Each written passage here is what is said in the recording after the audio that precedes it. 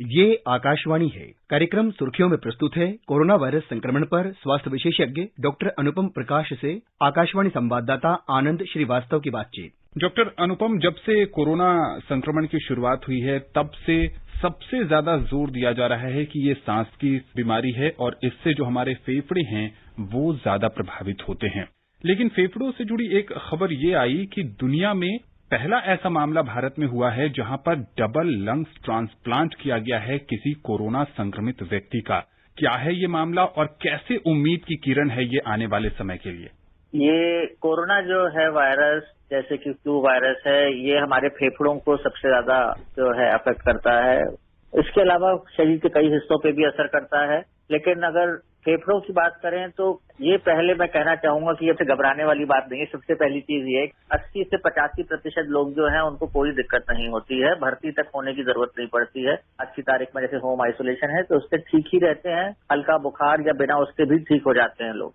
लेकिन ये है कि हाँ 10% लोगों को भर्ती होना पड़ता है। और जैसा आप कह रहे हैं वो 2% से 5% लोग हैं जिनमें काफी ज्यादा दिक्कत हो सकती है, जिनको हो सकता है मशीनों पे जैसे वेंटिलेटर है उन पे रखना पड़े या बाईपैप मशीन पे या हाई फ्लो नेजल ऑक्सीजन पे रखना पड़े। तो ये स्थिति जो आप कह रहे हैं ये कई बार ये होता है कि कुछ लोगों में हम मशीन को हटा नहीं पाते हैं क्योंकि वायरस के संक्रमण से फेफड़े जो है काफी ज्यादा घायल हो जाते हैं या आहत हो जाते हैं। तो ये समझिए कि उनके लिए हम जब हटा नहीं पाते हैं तो हमें एक ये विधि है, ये भारत में एक जगह नहीं कई जगह हो पाई है, अभी चेन्नई में भी हो पाई है, ये नदर इंडिया में भी हो पाई है और विश्व भर में भी ये कुछ केसेस हुए हैं ऐसे कि इन्हें लंग ट्रांसप्लांट करना पड़ा है। और उससे जो खासतौर से यंग पेशेंट्स हैं उनके लिए एक बहुत ही अच्छी बात है कि ये एक ऑप्शन उपलब्ध है। जो 65 साल से जो ज्यादा वृद्ध लोग हैं उनके लिए ये ऑप्शन जो है नहीं एग्जिस्ट करता है।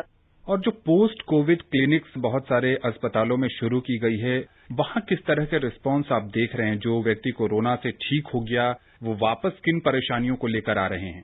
देखिए, परेशानियां काफी ज्यादा हैं क्योंकि न सिर्फ कोरोना से लेकिन कोरोना के अलावा भी काफी लोगों को दिक्कत है। कई तरह की दिक्कतें हो रही हैं। फेफड़े की दिक्कत जैसे आपने बताया तो फेफड़े की जांच जो है वो मशीनों द्वारा अपॉइंटमेंट लेके कराई जा सकती है।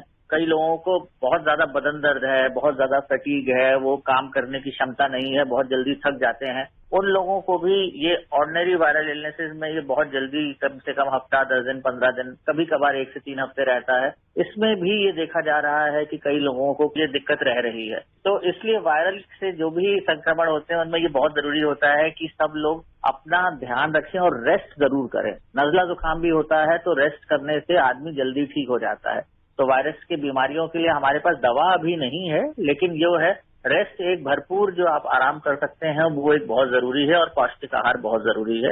डॉक्टर अनुपम, चूंकि ये नोवेल कोरोना वायरस है और इस पर लगातार शोध हो रहे हैं और उसके नतीजे भी सामने आ रहे हैं, एक रिसर्च के अनुसार ये बात सामने आई है कि स्टेरॉयड से भी कुछ मरीजों में फायदा देखने को मिल रहा है। क्या कहेंगे आप? इसमें मैं सबसे पहले कहना चाहूंगा स्टीरॉयड बिना डॉक्टर की राय के नहीं लेना चाहिए क्योंकि इसको जैसे हम कह रहे हैं दुधारी तलवार होती है ये वायरल इलनेसेस में खास तौर से, क्योंकि हम सिर्फ स्टीरॉयड देंगे तो कई बार वायरस का संक्रमण बढ़ने का काफी ज्यादा चांस रहता है। लेकिन जो ये आप कह रहे हैं एक रिसर्च 3-4 महीने पहले ही शुरू में हुई थी और उसमें जो लोग ऑक्सीजन पे हैं और जिनका सैचुरेशन डिप कर रहा है उन मरीजों में जो स्टीरॉयड है देने से काफी फायदा हुआ है। लेकिन मैं फिर से एक बार दोहराना चाहूंगा कि ये साधारण माइल्ड कोविड के लिए नहीं, 80 से 85% लोगों के लिए ये नहीं है बिल्कुल भी, और सिर्फ उन लोगों के लिए है जिनमें कोई और बीमारी नहीं है, सिर्फ कोविड से लंग्स को या बाकी शरीर में और दिक्कतें हैं तो उन मरीजों के लिए है जिनको ऑक्सीजन पे जरूरी है। डॉक्टर अनुपम, एक व्यावहारिक सवाल मैं आपसे करना चाह रहा हूं। बहुत सारे ऐसे लोग हैं जो अब अनलॉक 4 में अपने दफ्तर जा रहे हैं, अपने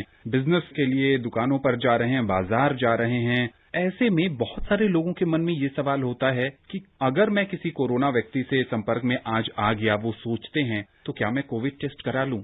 आखिर कब एक व्यक्ति निर्णय ले कि उसको कोरोना टेस्ट कराना चाहिए? मैं इस पे शुरू में जाऊंगा जो आपने बिल्कुल प्रोग्राम में कहा था कि अगर आप मास्क लगाए हुए हैं, सैनिटाइजर साथ रखते हैं, हाथ धोते हैं और दूरी बनाए रखते हैं तो आपको चिंता करने की कोई जरूरत नहीं है। और जो आपने शुरू में कहा था मैं उसको फिर से एक बार दोहराना चाहता हूं कि जो भी बाहर जाता है हमें ये 3 प्रिकॉशन जो है ये सावधानियां बरतनी बहुत जरूरी हैं जिससे कि हमें ये संक्रमण ना हो। और इसलिए अगर आप किसी से कांटेक्ट में आते भी हैं, आज आप किसी के साथ बैठे, अगर कल उसका पता चलता है कि वो कोरोना पॉजिटिव हो गया है, तो आपको घबराने की बात नहीं है। अगर आप जो है मास्क पहने हुए थे और आपने सैनिटाइजर से अपना हाथ साफ किया था और आप उससे उचित दूरी बनाकर बैठे थे 1 से 2 मीटर की, तो अगर ये 3 चीजें हैं तो आप में संक्रमण होने के चांस 1% भी नहीं है। डॉक्टर अनुपम, जो सैंपल सर्वे एक खास डेटा का होता है, अगर किसी जगह की आबादी 10,000 है और वहां 1,000 लोगों पर सर्वे किया गया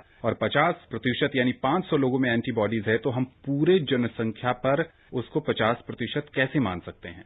देखिए, भारत की आबादी जो है 138 करोड़ से ज्यादा है, तो ये संभव नहीं है कि हम 138 करोड़ लोगों का टेस्ट करें। और अगर हम टेस्ट कर लेंगे तो फिर शायद हमें आगे जरूरत नहीं पड़ेगी। फिर हमने अगर मान लिया उसमें 138 करोड़ में से 30 करोड़ जो है इन्फेक्टेड लोग हैं, संक्रमित लोग हैं, तो उनको हम अलग करके जो है उनको फिर आइसोलेशन करके फिर तो बीमारी खत्म ही कर सकते हैं। लेकिन ये 138 करोड़ आप समझ सकते हैं कि ये कोई 100 लोग नहीं है जिनको आपने एक जगह रख दिया या एक कोने में रख दिया भारत के और ये ठीक हो जाएंगे, तो ये संभव नहीं होता है। तो इसलिए जो भी कोई रिसर्च होती है, जो भी कोई शोध होता है, उसमें एक नमूना लिया जाता है। उस नमूने से ही जो है हम उसको एक्सट्रेपोलेट करते हैं कि हाँ कितनी हो सकती है, तो वो आंकलन लगाया जाता है। क्योंकि अगर हम पूरा कर ही लेंगे तो फिर शायद हम बीमारी ही खत्म कर लेंगे, वो संभव नहीं होता है, इसलिए ये कम सैंपल में किया जाता है।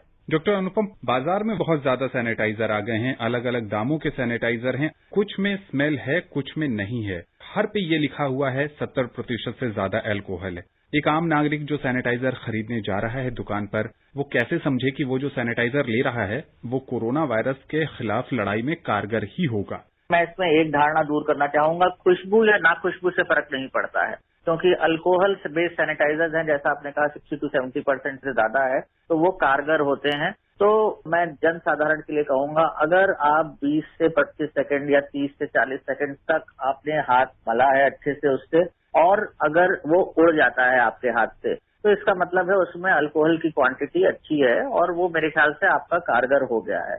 लेकिन दूसरी चीज मैं इसमें कहूंगा, सैनिटाइजर्स के ऊपर बहुत नहीं करें। अगर आपके पास साबुन और पानी की सुविधा है तो वो सैनिटाइजर से कहीं ज्यादा असरदार रहता है। इसलिए कोशिश यही करें कि साबुन और पानी से हाथ धोएं, क्योंकि वो आपके लिए सैनिटाइजर से ज्यादा अच्छा रहता है। दूसरा, आपके जो सैनिटाइजर्स में जो प्रिजर्वेटिव्स यूज होते हैं वो आपके हाथ को कॉन्टेमिनेट कर देते हैं, कई बार आप खाना वाना नहीं खा सकते हैं उसके बाद। दूसरी चीज है, आप अल्कोहल बेस्ड सैनिटाइजर बहुत ज्यादा यूज करते हैं तो कई बार आपके हाथों में एलर्जी भी हो जाती है।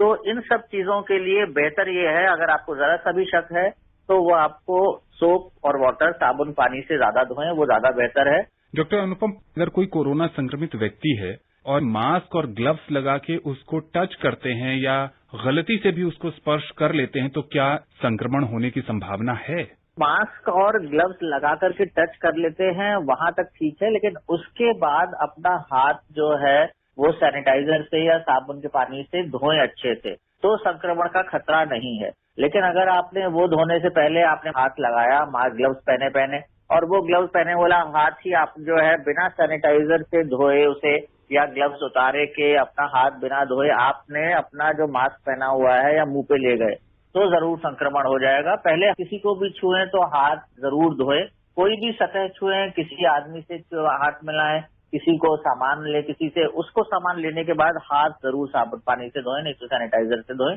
उसके बाद फिर अपना मास्क उतारें और मास्क उतारने के बाद फिर हाथ दोबारा से धोएं। ये आप हाथ धोने की अगर विधि अपना लेंगे तो ये पहले थी हम लोगों की प्रथाएं, लेकिन आजकल हम थोड़ा बिजी ज्यादा हो गए हैं, व्यस्त बहुत हो गए हैं, समय क्या दिक्कत है, हम लोगों के पास अभाव है, तो इसलिए दिक्कतें हो गई। ये चीजें थोड़ी आदतें हम लोगों को सुधारनी होंगी, शायद इसीलिए कोरोना आया है हम लोगों के बीच में कि हम लोग थोड़ी अपने आदतें सुधार लें। जी बिल्कुल। मास्क पहने हुए हैं और मास्क को अपने साफ हाथ से छूते हैं तो आपको दिक्कत कभी नहीं होगी। डॉक्टर अनुपम, आप आकाशवाणी के इस कार्यक्रम से जुड़े, आपका बहुत बहुत शुक्रिया। धन्यवाद, नमस्कार सबको। अभी आप सुन रहे थे कोरोना वायरस संक्रमण पर स्वास्थ्य विशेषज्ञ डॉक्टर अनुपम प्रकाश से आकाशवाणी संवाददाता आनंद श्रीवास्तव की बातचीत। ये कार्यक्रम आकाशवाणी के समाचार सेवा प्रभाग द्वारा प्रस्तुत किया गया। इसे आप हमारे mobile app news on AIR पर भी सुन सकते हैं। इस कार्यक्रम के संबंध में अपनी प्रतिक्रिया आप हमें ईमेल कर सकते हैं। पता है airnsdtalks@gmail.com। ये कार्यक्रम फिर से सुनने के लिए लॉग ऑन करें हमारी वेबसाइट newsonair.com।